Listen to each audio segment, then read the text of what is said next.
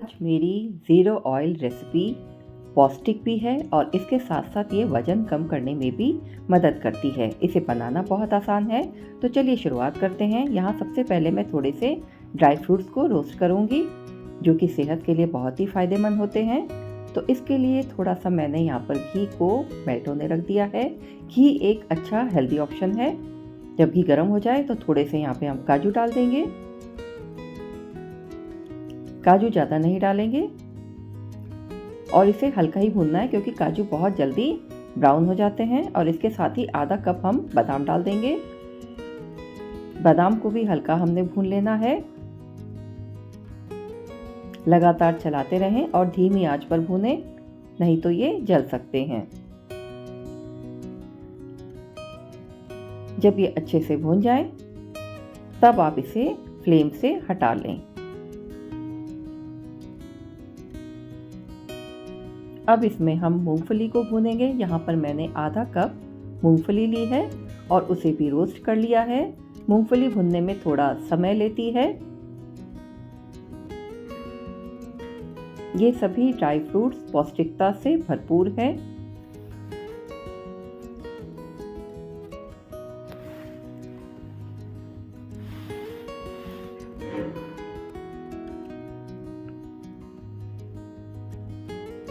मूंगफली जब इसका कलर बदल जाए और थोड़ी ये चटकने लग जाए, तब समझ लें कि ये तैयार हो गई है, यानी भुन गई है।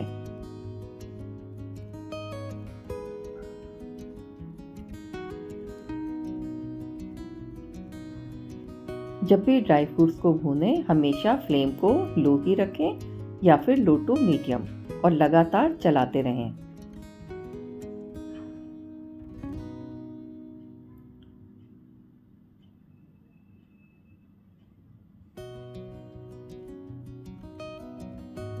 अब इसे भी अलग प्लेट में निकाल लेंगे।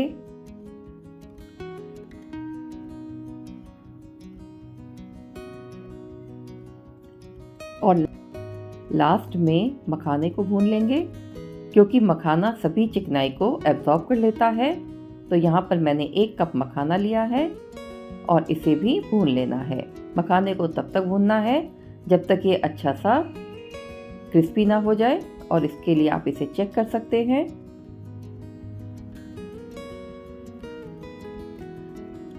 थोड़ा सा इसमें हम भुना हुआ जीरा पाउडर डालेंगे, थोड़ी काली मिर्च का पाउडर डालेंगे।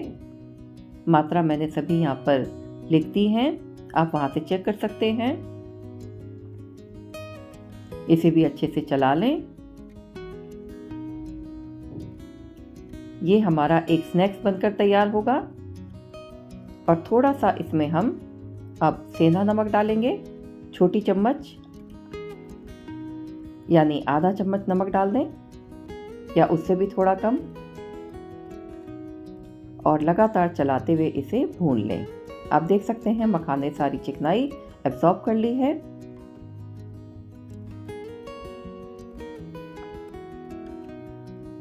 और इसका कलर भी बदल गया है।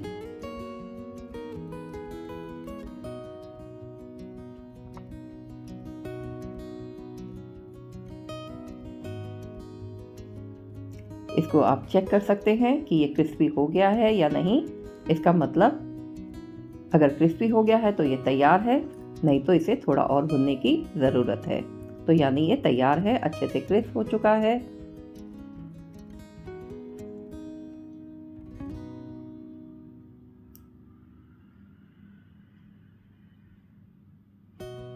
और इसके बाद जो हमने ड्राई फ्रूट्स को रोस्ट किया है, उनको इसमें मिक्स कर देंगे। तो ये हमारा एक बहुत अच्छा स्नैक्स बन करके तैयार हो जाएगा। व्रत में तो है ही, आप इसे वैसे भी खा सकते हैं। और मखाना तो सेहत के लिए बहुत अच्छा होता है।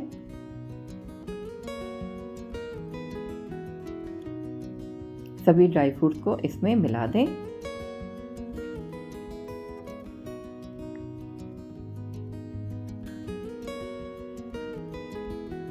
और ये लीजिए, हमारी ये नमकीन तैयार हो गई है। अब हम अगली रेसिपी की ओर चलते हैं। यहाँ पर मैं समा के चावल का पुलाव बनाने जा रही हूँ। ये भी बहुत हेल्दी ऑप्शन है। थोड़ा सा घी डालेंगे, ज़्यादा नहीं डालना है। घी जब मेल्ट हो जाए तब यहाँ पर एक छोटी चम्मच जीरा डाल देंगे और जीरे को अच्छे से चटकने देंगे।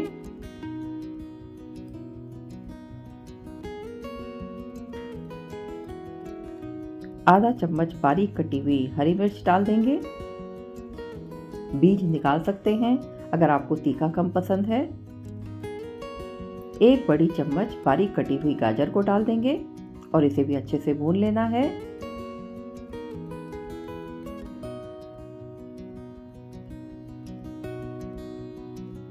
थोड़ा पानी डाल करके इसे नरम कर लेंगे। चावल जो कि हमने सोक किया था आधा घंटा तक, थोड़ी सी गाजर के नरम होने पर चावल को भी इसमें ऐड कर देंगे। चावल को धोने के बाद कम से कम आधे घंटे तक इसे सोक होने के लिए रख दें। अब इसमें हम लगभग 3 गुना पानी डालेंगे। हालांकि पहले सब्जी पकाने के लिए हमने थोड़ा सा इसमें पानी डाला था, उस हिसाब से आप इसमें पानी को एडजस्ट कर लें। 3/4 टीस्पून इसमें नमक डाल दें, सेंधा नमक, क्योंकि हम व्रत के लिए बना रहे हैं। और आधी चम्मच काली मिर्च का पाउडर डाल दें। चावल जब पक जाए तो आप देख सकते हैं कुछ ऐसे खिले खिले रहते हैं।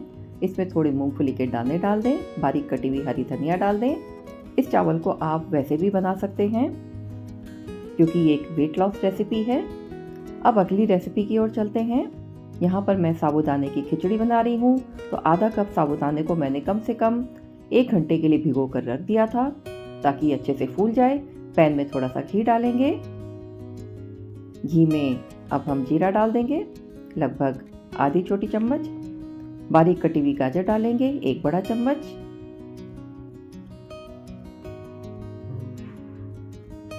गाजर को अच्छे से भून लेना है।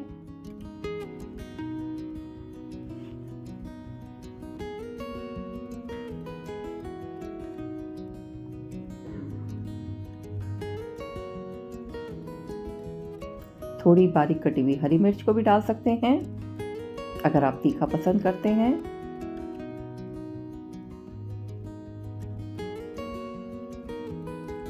थोड़े से यहाँ पर मैंने उबले हुए आलू डाले हैं, लगभग 1 बड़ा चम्मच। अच्छे से चला लें। अब इसमें हम भीगे हुए साबूदाने को डाल देंगे क्योंकि यहाँ पर हम इसकी खिचड़ी बना रहे हैं। खिचड़ी आप सूखी या फिर गीली बना सकते हैं, दोनों ही बहुत अच्छे लगते हैं। अच्छे से चला लें।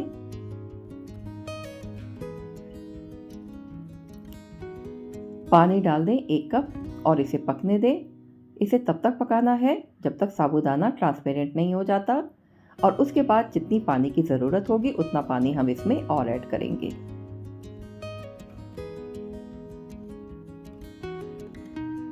अब यहाँ पर इसमें हम जीरा डालेंगे, थोड़ा काली मिर्च का पाउडर डालेंगे, आधी चम्मच। नमक स्वाद के अनुसार डालें। यहाँ पर मैंने छोटी चम्मच नमक डाला है। अच्छे से मिला लें और इसे थोड़ी देर और पकाएंगे।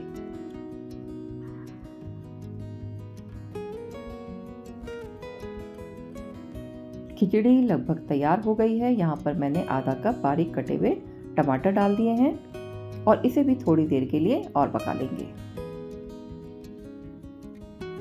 तब तक ये खिचड़ी अच्छे से बन करके तैयार हो जाएगी। ये खिचड़ी खाने में तो स्वादिष्ट होती ही है और वेट लॉस में भी बहुत हेल्प करती है। आप देख सकते हैं इसमें ज़्यादा कुछ नहीं डाला है, तो आप इसे डेली में भी बनाकर खा सकते हैं। टमाटर जब नरम हो जाए तब आप खिचड़ी को डिश आउट कर लें। तो फ्रेंड्स, आपने देखा कि हमारी ये ज़ीरो ऑयल रेसिपी कितनी हेल्प करती है हमारे वेट लॉस में, और इसके साथ साथ ये पौष्टिकता से भी भरपूर है। आप इसे अपनी डेली डाइट में भी शामिल कर सकते हैं। स्वाद भी इनका बहुत अच्छा होता है।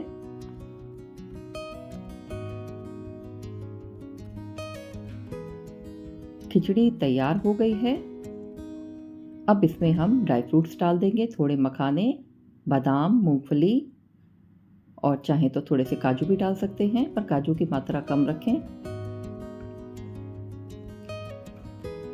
और इसे पकने के बाद ही डालें ताकि इनका क्रंच बना रहे।